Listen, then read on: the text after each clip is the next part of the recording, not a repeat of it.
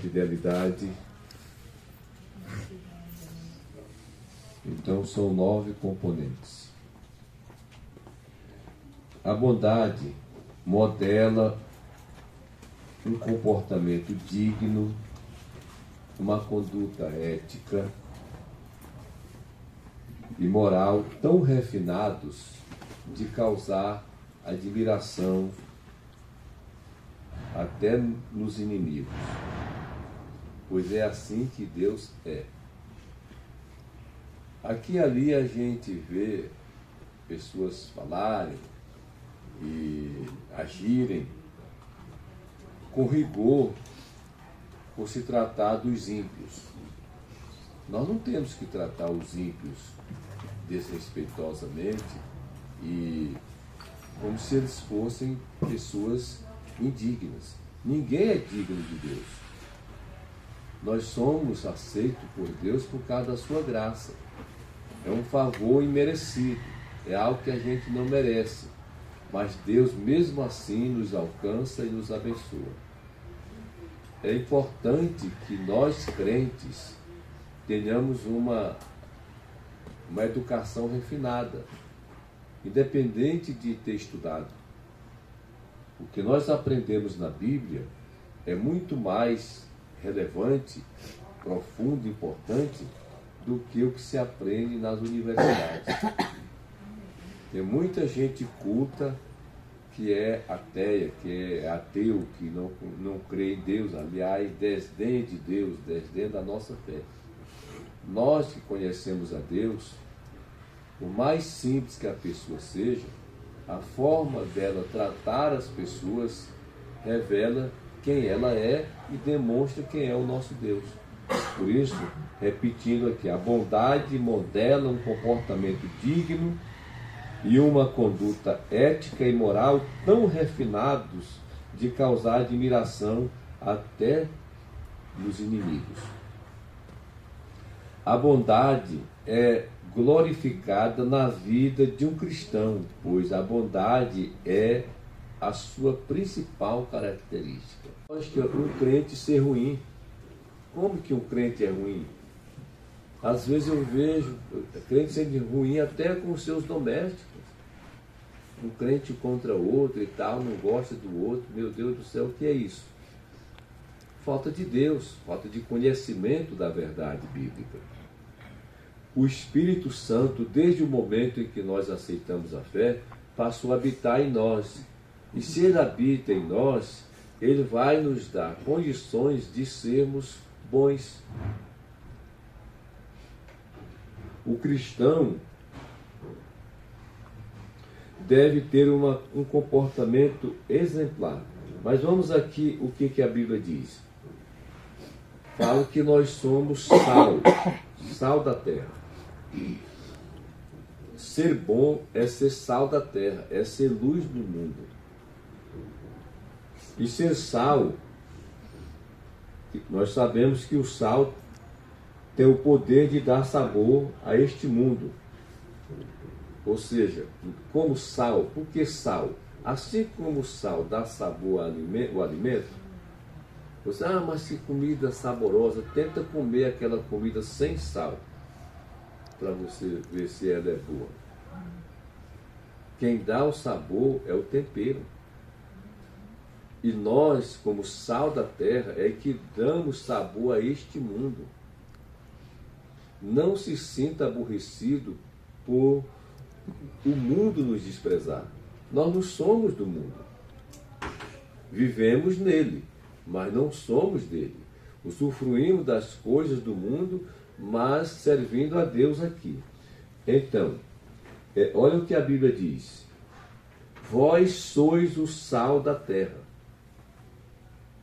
Ora, se o sal vier a ser insípido, ou se vier a se estragar, como lhe restaurar o sabor? Se o crente não age como crente, como se demonstra que temos fé em Deus na terra? Como se revela Deus?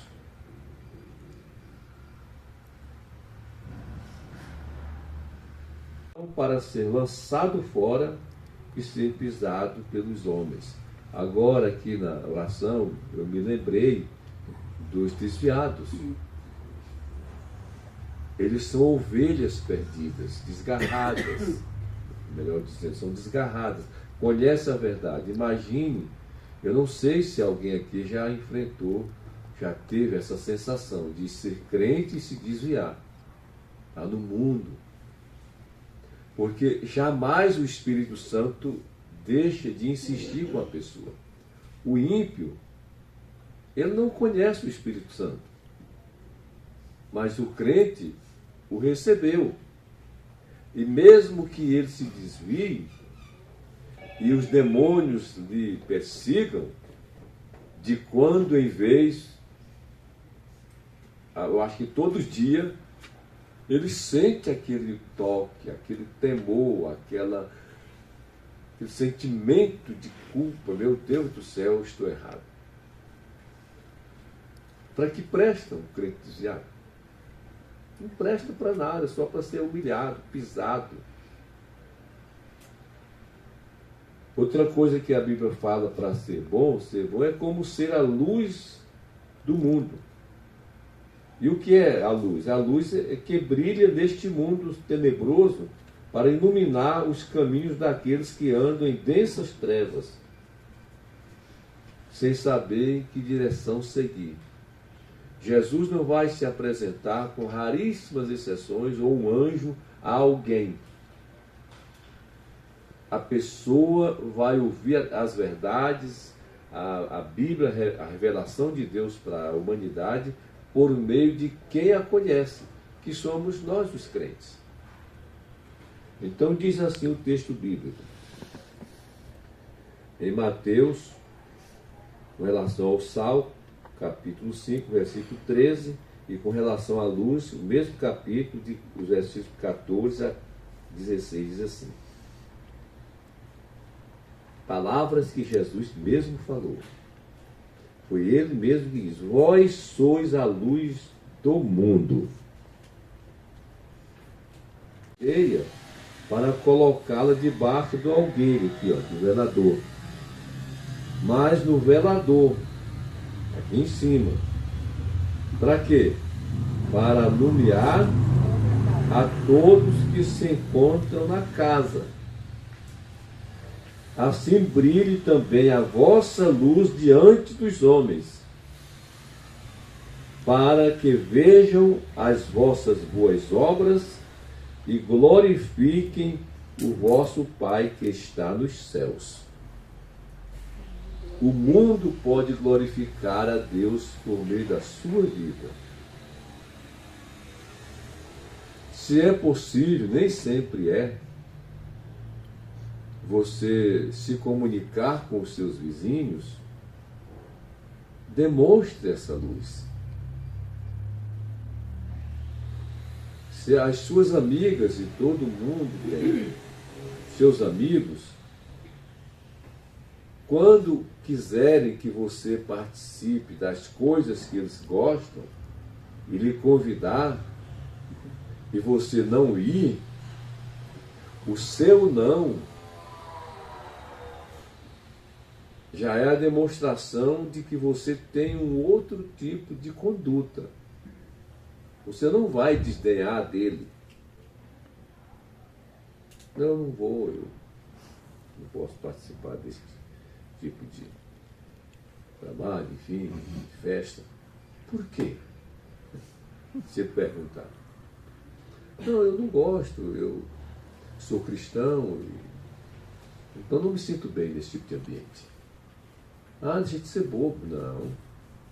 Muito pelo contrário. Bobo é se eu for. Porque eu conheço a verdade. Eu não preciso, então, discutir. Isso serve. Uma irmã aqui do ciclo de oração me procurou um tempo desse. Eu já foi após até a apóstolo do novo pastor, para falar sobre dificuldades de relacionamento com o seu marido. E eu disse para ela, e ela me deu um retorno desses dias, ela não está aqui hoje, que está funcionando. Seja o seu silêncio testemunho diante do seu marido. Mulher crente não ganha seu marido descrente contestando os seus erros, mas vivendo a verdade do Evangelho na prática, em silêncio. Se ele der a oportunidade de você falar, então você fala pacificamente do amor do seu Deus. Senão, você vai viver na prática o que é que Deus transformou na sua vida. Agora, se você for contestar, porque é fácil contestar o cônjuge, não é? É fácil. Nós somos iguais, os cônjuges são iguais, embora o marido seja o cabeça, no sentido de responsabilidade maior e tal, manutenção da casa, enfim, mas marido e mulher são iguais.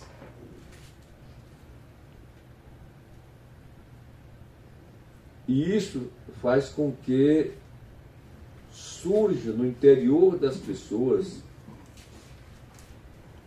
uma admiração, mesmo que a princípio conteste a nossa fé, a nossa conduta, só que a nossa bondade, ela é fruto do Espírito. E o fruto do Espírito, uma vez praticado, produzirá efeitos de quem te vê, de quem está no seu entorno, de quem te conhece. Muitas pessoas dizem: ah, mas fulano, fulana está tão diferente agora. Amigos do passado. Isso é a luz brilhando. Isso é você dando sabor a esse mundo insosso. Outra coisa, o crente deve ter um comportamento exemplar digno de imitação. Paulo diz: sede meus imitadores, como eu sou de Cristo. Imitar a Cristo é coisa um pouco difícil, porque fala de disciplina, de renúncia. A sua conduta deve ser uma inspiração e uma atração. Se os crentes pudessem exalar esse comportamento. O cristão deve exalar a fragrância do conhecimento de Cristo. A Bíblia fala, Paulo falou, a fragrância é como se fosse um perfume, uma pessoa que passa um perfume, e você sabe do que estou falando, e aquele seu perfume chega ao olfato das outras pessoas. Ah, mas que cheiro agradável, enfim. Se for com excesso, fica enjoativo. Mas, não sendo extravagante, ele é o bom perfume de Cristo que remove os maus odores do pecado. É o cheiro suave da vida que conduz para a vida. Agora eu vou ler o texto que Paulo citou, que é 2 Coríntios 2, 4 em diante. Olha o que ele diz. Graças, porém, a Deus que, em Cristo, sempre nos conduz em triunfo e, por meio de nós, manifesta em todo lugar a fragrância do seu conhecimento.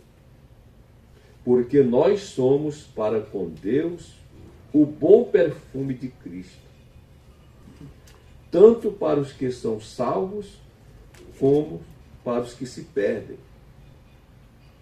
Para com estes, ou seja, para os que se perdem, cheiro de morte para morte. Você pode exalar um cheiro de morte para os ímpios, porque a fragrância do seu viver para Cristo leva ele a uma tomada de consciência. Ou eu aceito, ou sigo o crente, o Deus desse crente, ou eu vou para o inferno. Muitas pessoas têm vindo para a igreja por causa desse testemunho. Porém, para com aqueles, ou para os crentes, aroma de vida para a vida. Quem, porém, é suficiente para estas coisas? Ele pergunta.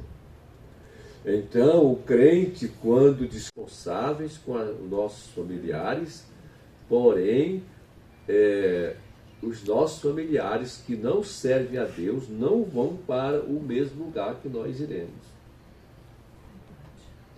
Temos que amar uns aos outros porque sabemos que vamos morar no céu. Tem pessoas que chegam a dizer, se lá no céu aquela pessoa for para o céu, eu não quero ficar no mesmo local que ela vai ficar. Ela fica no canto dela, eu fico no meu. Ledo engano, não pode ser assim. Porque o céu... Nem vai. acho que nem vai assim, né? Quando ela pensar assim, ela não vai, o coração sujo. Coração endurecido desse jeito. Pessoas dizem assim quando é proposta a reconciliação. Eu lembro do pastor Amador dar um testemunho dele mesmo. Ele, quando foi pastor no interior, ele teve lá uma desavença com um irmão. Um membro da igreja, um obreiro. E lá foi proposta uma reconciliação do pastor com esse irmão.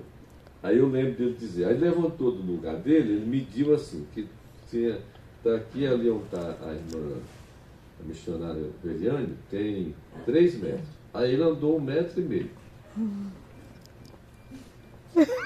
Metade. Estou aqui. Se ele não andar o restante, eu não vou sair daqui. Então é uma reconciliação condicionada, né? Não, a reconciliação você vai e anda a primeira milha até a segunda, se for necessário, e abraça e reconcilia. Porque vai que o outro não tem a mesma atitude. O crente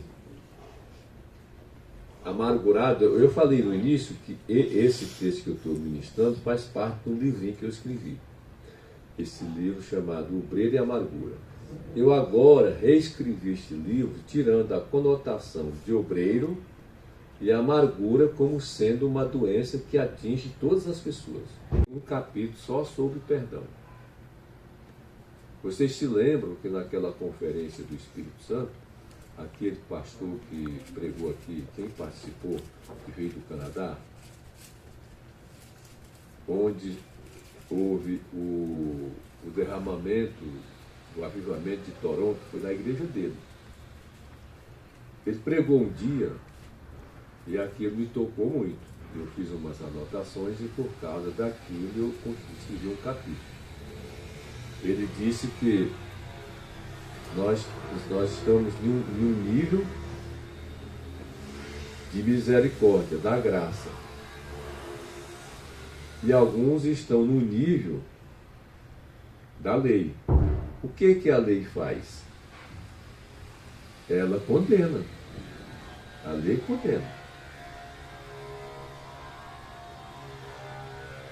Eu, quando você ouve por aí, você vê muito essa expressão, por causa da violência que existe, eu quero justiça. Quando a pessoa diz eu quero justiça, eu quero que a pessoa pague pelo seu erro, eu quero que ela se dane, que ela morra, que ela sofra o que eu estou sofrendo. Mas quando Deus manifesta a sua graça, Ele vem com a misericórdia em seguida.